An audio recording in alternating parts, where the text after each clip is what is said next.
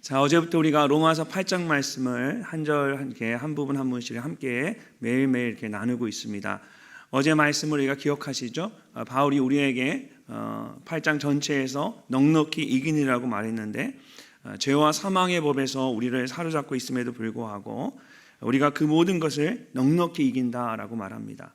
그러면서 가장 먼저 그리스도 예수 안에 있는 자에게는 결코 정죄함이 없다라고 했습니다. 그리스도 예수 안에 있는 생명의 성령의 법이 죄와 사망의 법에서 우리를 자유케 하셨기 때문입니다.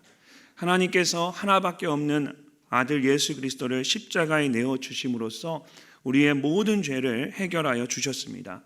더 이상 우리를 정죄하지 못하도록 율법의 모든 요구를 이루신 것입니다. 이것이 십자가의 복음이고 하나님께서 우리를 위해서 행하신 일입니다.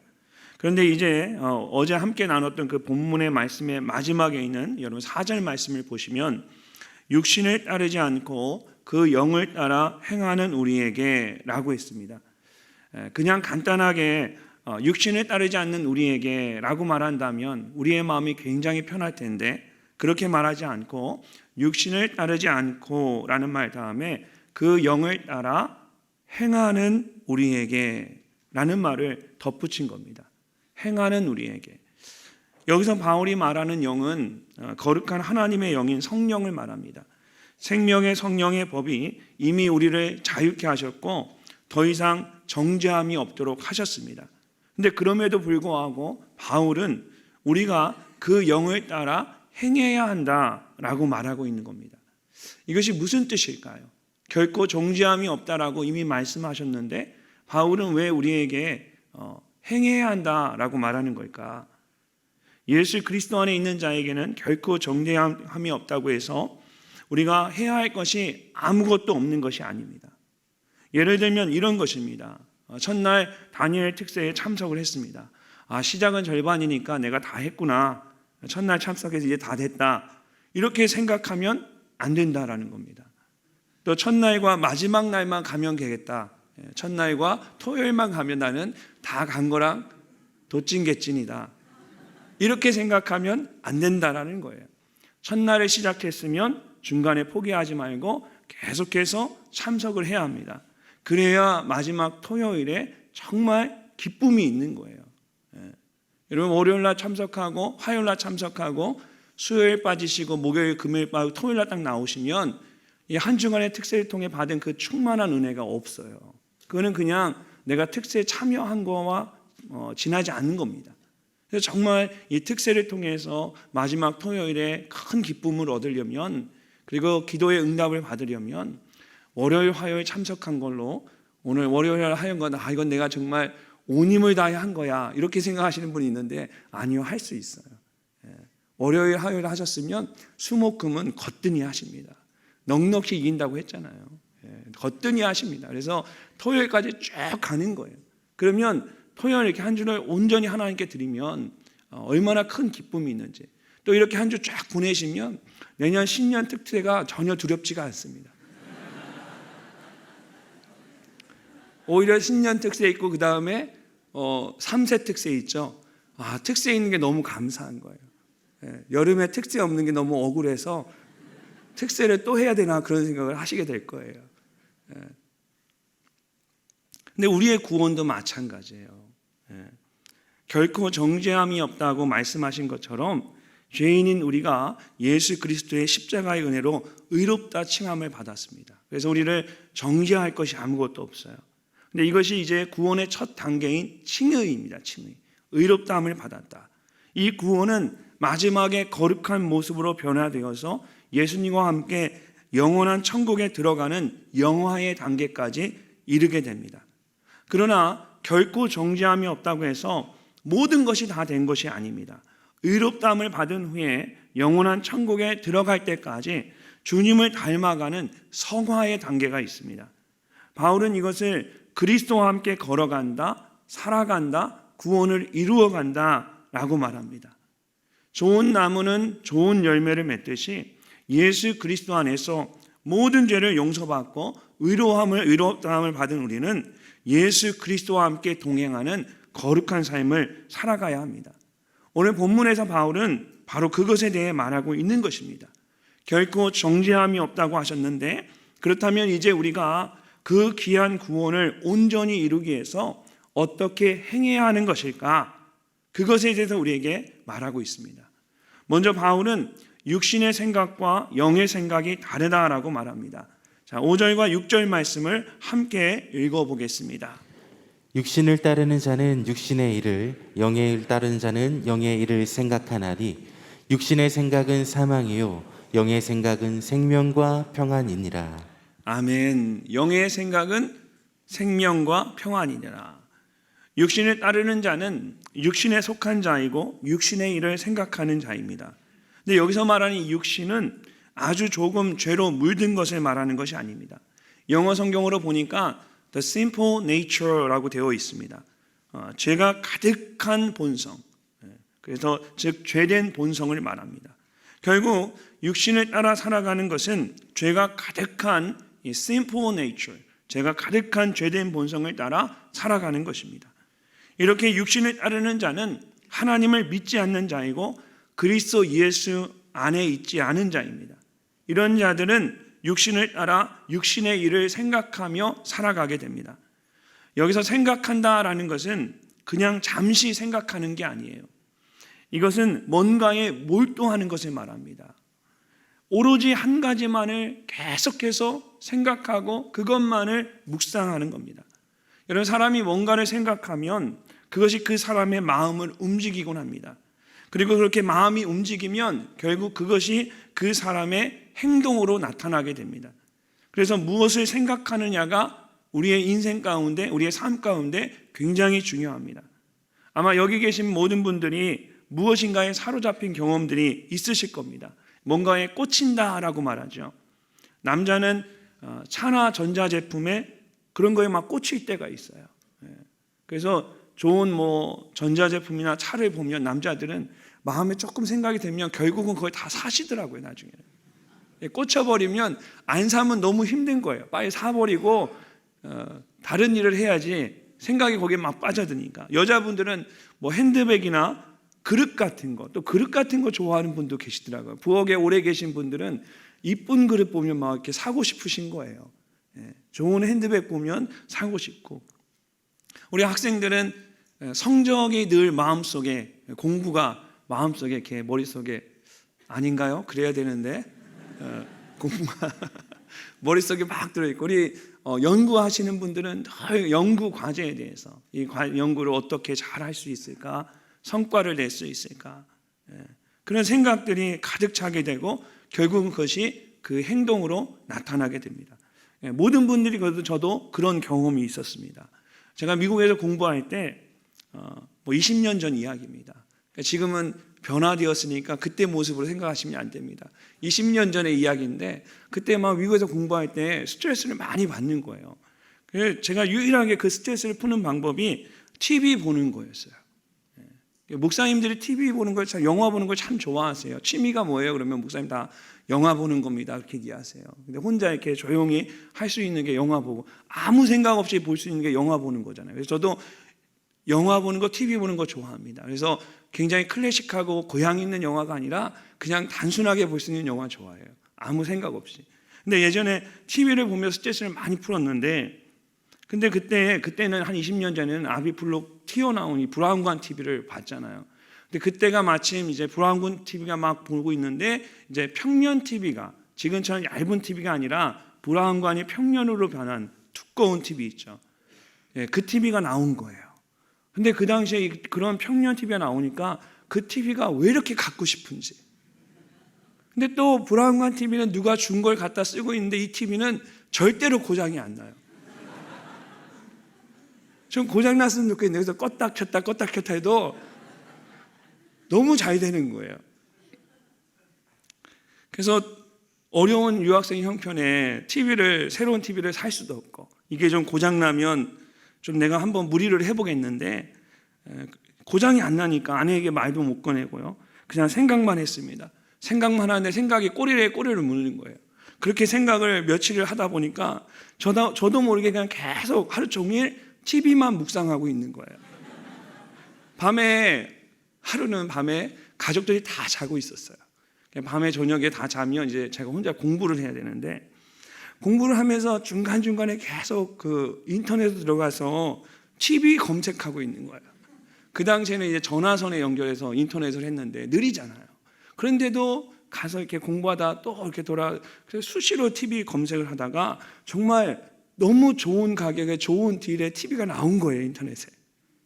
순간 눈이 확 띄면서 에이, 설마 이 가격에 살 수 있을까? 그런 생각을 하는데 이미 제 손이 마우스를 막 클릭하고 있는 거예요. 설마 그러면서 이미 저는 다 클릭하고 있어요. 나중에는 장바구니까지 다 담았어요. 그리고 결제를 했어요. 그러니까 설마라는 생각을 하면서 설마 아니야, 이 가격에 이거 재고가 없을 거야. 그러면서 클릭을 했는데 정말 장바구니에 담겨지는 거예요. 살 수 있는 건가? 그러면서 또 클릭하니까 페이가 지불이 딱 되는 거면서 배송 날짜와 딱 이메일이 온 거예요. 그때서야 막 제정신이 막 돌아온 거예요. 그런데 이미 사고는 쳤습니다. 이걸 어떻게 하나 제가 밤새 고민하다가 그냥 앉은 채로 저희 아내가 자고 있는 침대 옆에서 앉은 채로 잠이 들었어요. 왜 그랬겠습니까? 이제 아침이 되면 아내에게 이걸 설명을 해야 되는데 이걸 어떻게 설명했나 이해를 못할 것 같은 거예요. 정말 저는 살려고 한 게 아닌데 지금 공감이 돼서 웃으시는 거죠? 정말 저는 살려고 한 게 절대로 아니었거든요. 근데 제 머리에 그 이성과 달리 제 생각이 제 손을 마음대로 움직여서 그냥 담아버린 거예요.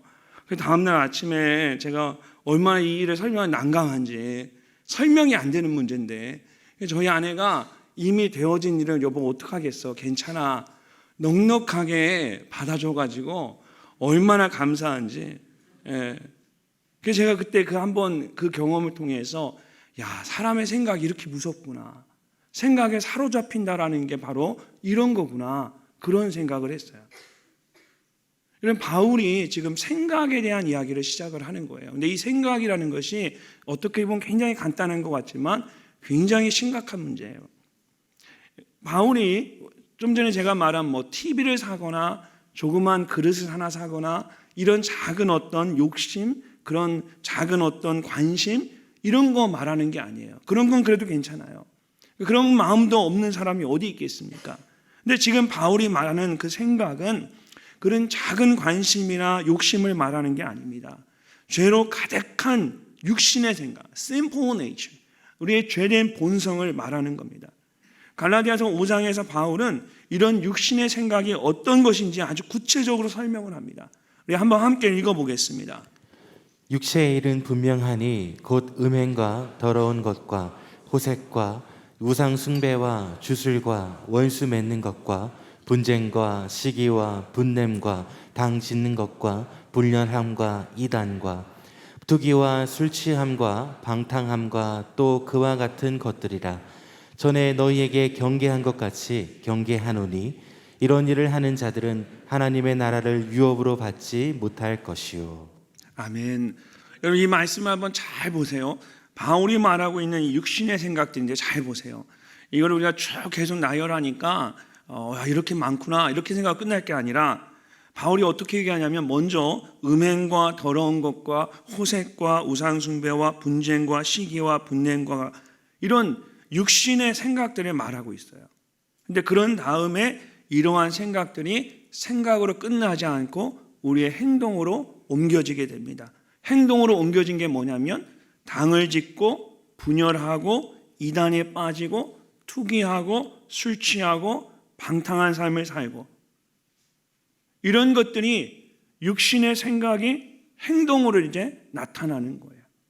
그러니까 바울이 하고 싶은 말은 뭐냐면 우리의 육신의 그런 죄된 생각들이 생각으로 끝나지 않고 반드시 이러한 행동으로 이어진다라는 것을 보여주고 있는 거예요. 우리의 생각은 이렇게 생각으로 끝나지 않습니다. 육신을 따라 육신의 일을 생각하는 사람은 결국 육신의 일을 하게 되어 있습니다. 반면에 성령을 따라 살아가는 사람들은 영적인 것을 생각하게 됩니다. 이런 생각들은 그 마음 중심에 하나님이 있는 생각들입니다. 하나님이 무엇을 기뻐하실까? 하나님을 기쁘시게 하려면 무엇을 해야 할까? 새벽에 교회에 나오는데 자꾸 짜증이 나고 화가 나고, 또 애들은 왜 이렇게 일찍 안 일어나 꾸물꾸물거리고, 그런 생각들 들 때 이것이 그냥 육신의 생각이 아니라 이게 내게 죄가 되고 내 마음을 아프게 하는구나. 내 안에 정말 하나님이 계시는가? 하나님이 무엇을 기뻐하실까? 이 새벽에 생각하면서 힘들어도 새벽에 나와서 기도하고 하나님께 예배를 드려야겠다.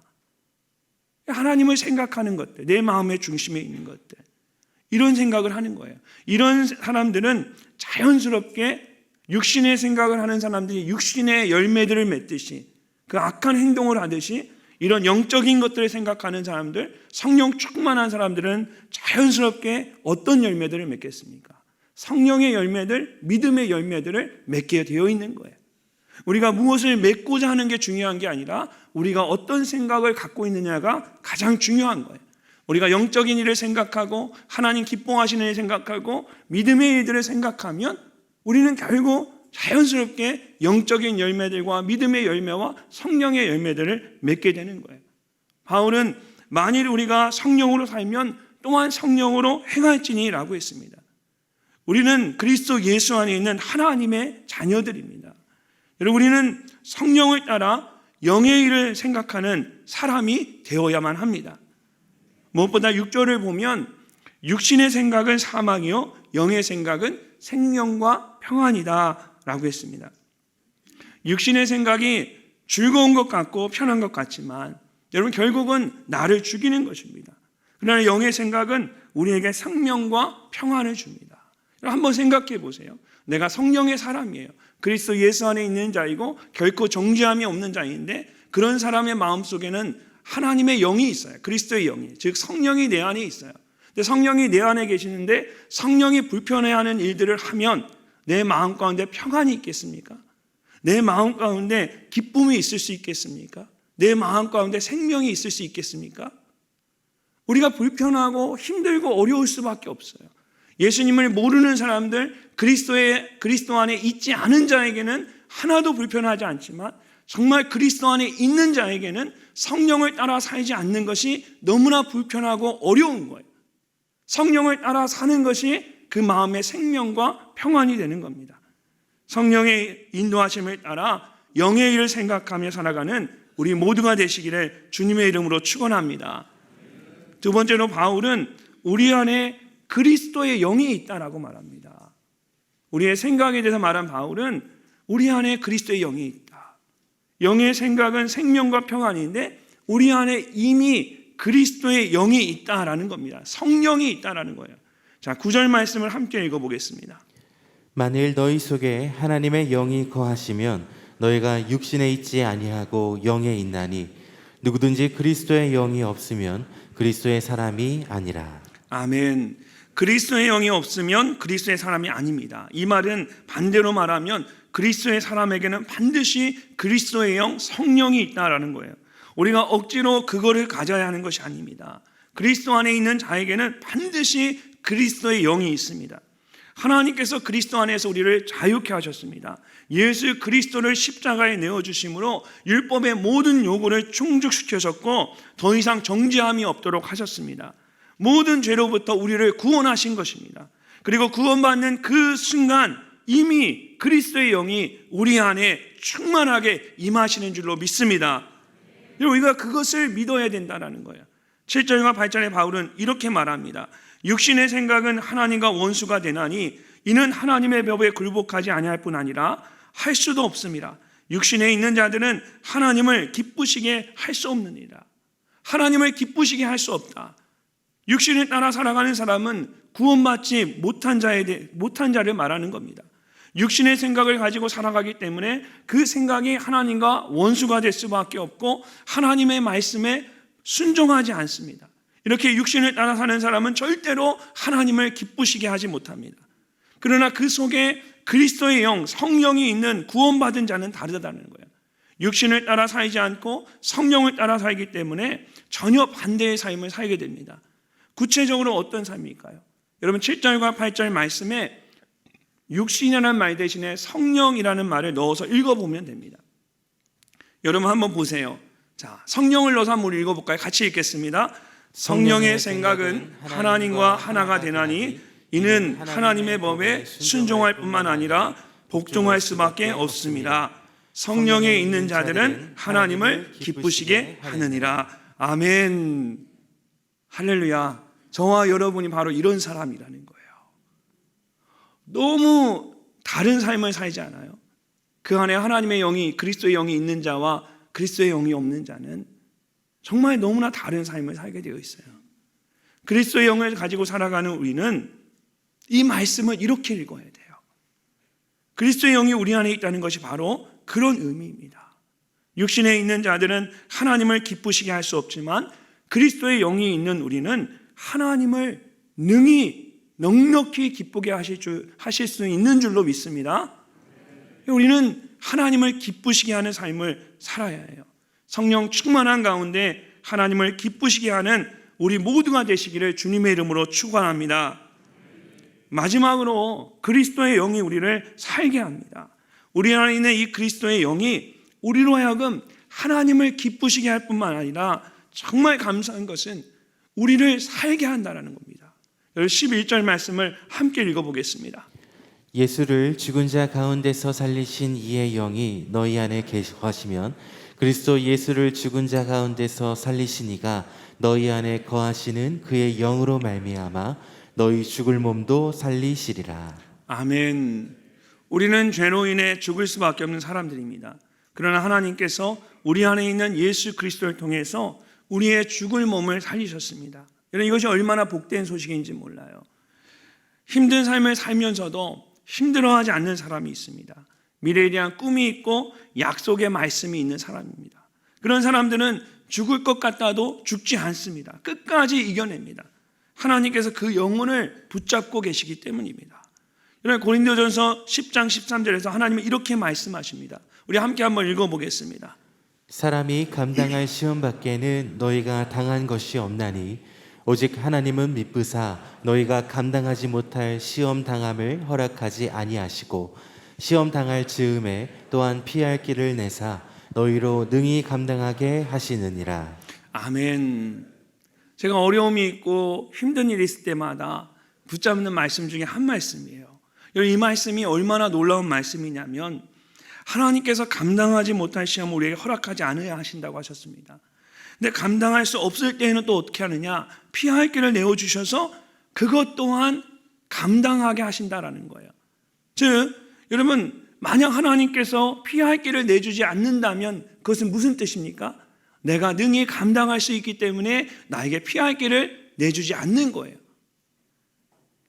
또 내가 감당할 수 없다는 피할 길을 내어주세요. 그러면 우리에게 닥치는 모든 시련과 환난들이 어떻다라는 거예요. 우리가 능히 감당하지 못할 것이 아무것도 없는 거예요. 이 말씀을 잘 묵상하고 이 말씀을 붙잡으면 시험 당하는 것이, 시험이 찾아오고 고난이 찾아오는 것이 하나도 두렵지 않습니다. 감당하지 못할 시험은 허락지 아니하시는데 내게 시험을 허락하실 때는 감당할 수 있으니까 지금 이 시험 가운데, 어려운 가운데 나를 감당하도록 하시는 것이고, 내가 정말 감당하지 못할 때는 피할 길을 내어주실 테니까 그냥 피할 길을 내어주실 때까지 나는 감당하면 되는 거예요. 그러니까 어떤 시험을 만나고 어떤 어려움을 만나도 내게 두려움이 없는 거예요. 하나님의 말씀이 주시는 은혜가 바로 그런 거예요. 여러분 로마서 말씀을 처음 접한 로마 교회 성도들은 생명의 위협 가운데 있었습니다. 언제 죽을지 모르고 순교할지 모르는 그런 상황 가운데 있었어요. 그런 그들에게 너의 죽을 몸도 살리시라는 이 말씀이 얼마나 큰 힘이 되었겠습니까? 내가 주를 위해 살고 주를 위해 죽어도 아무 어려움이 없는 거예요.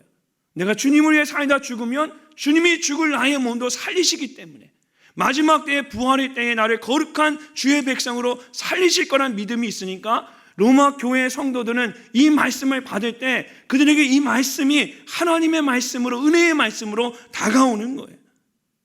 그들에겐 그런 믿음이 있었습니다. 사랑하는 성도 여러분, 하나님께서 그리스도 예수 안에서 우리의 죽을 몸도 살리시는 줄로 믿습니다. 결국은 우리로 하여금 모든 것에 있어서 넉넉하게 이기게 하실 겁니다. 지금은 우리가 힘들고 어려울지라도, 함으로 내가 정말 무너지는 것 같을지라도 일으켜 세우시는 분은 결국 하나님이십니다. 죽을 몸을 살리시는 그리스도의 영이 여러분의 삶 가운데 충만하게 역사하시기를 주님의 이름으로 축복합니다. 한 노인이 자신의 손자에게 사람과 인생에 대해서 가르치고 있었습니다. 이렇게 말합니다. 인간의 마음 안에는 늘 싸움이 일어난단다. 그것은 너무 끔찍한 싸움이어서 마치 두 마리의 늑대가 싸우는 것과 같단다. 하나는 악마와 같은 놈인데 이 놈은 분노, 질투, 슬픔, 후회, 탐욕, 교만, 분노, 죄의식, 열등감, 거짓, 허영, 그리고 자신의 거짓 자아를 나타낸단다. 다른 놈은 선한 놈이란다. 이 놈은 기쁨, 평화, 사랑, 희망, 친절, 겸손함, 동정심, 관대함, 진실, 신뢰를 나타낸단다. 이런 싸움은 너의 마음 안에서도 일어나고 모든 사람들의 마음에서도 일어난단다. 손자는 할아버지의 말을 듣고 잠시 생각하다가 할아버지에게 물었습니다. 할아버지, 그럼 어떤 늑대가 이기나요? 할아버지가 대답합니다. 내가 먹이를 주는 놈이 이긴단다. 내가 먹이를 주는 놈이 결국은 이긴단다.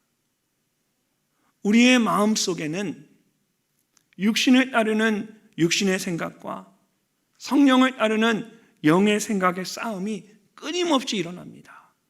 그런데 문제는 육신의 생각은 우리를 사망으로 이끌고 영의 생각은 생명과 평안으로 이끈다는 것입니다. 육신의 생각과 영의 생각이 서로 싸울 때에 우리가 먹이를 주는 쪽, 더 많이 생각하는 쪽이 이기게 됩니다. 그래서 바울은 육신의 일을 생각하지 말고 영의 일을 생각하라고 하는 것입니다. 그럴 때 우리는 하나님을 기쁘시게 할 뿐만 아니라 우리의 죽을 몸도 살리시는 놀라운 은혜를 누릴 수가 있습니다. 그러므로 우리는 바울의 말처럼 영의 일을 생각하며 살아가야 합니다. 그러기 위해서는 우리가 날마다 성령 충만한 가운데 살아야만 합니다. 성령님과 함께 동행하는 믿음의 삶을 살아야만 합니다. 그럴 때에 우리가 모든 일에 있어서 넉넉히 이길 수 있는 줄로 믿습니다. 영의 일을 생각하며 성령 충만한 삶을 살아가는 우리 모두가 되시기를 주님의 이름으로 축복합니다.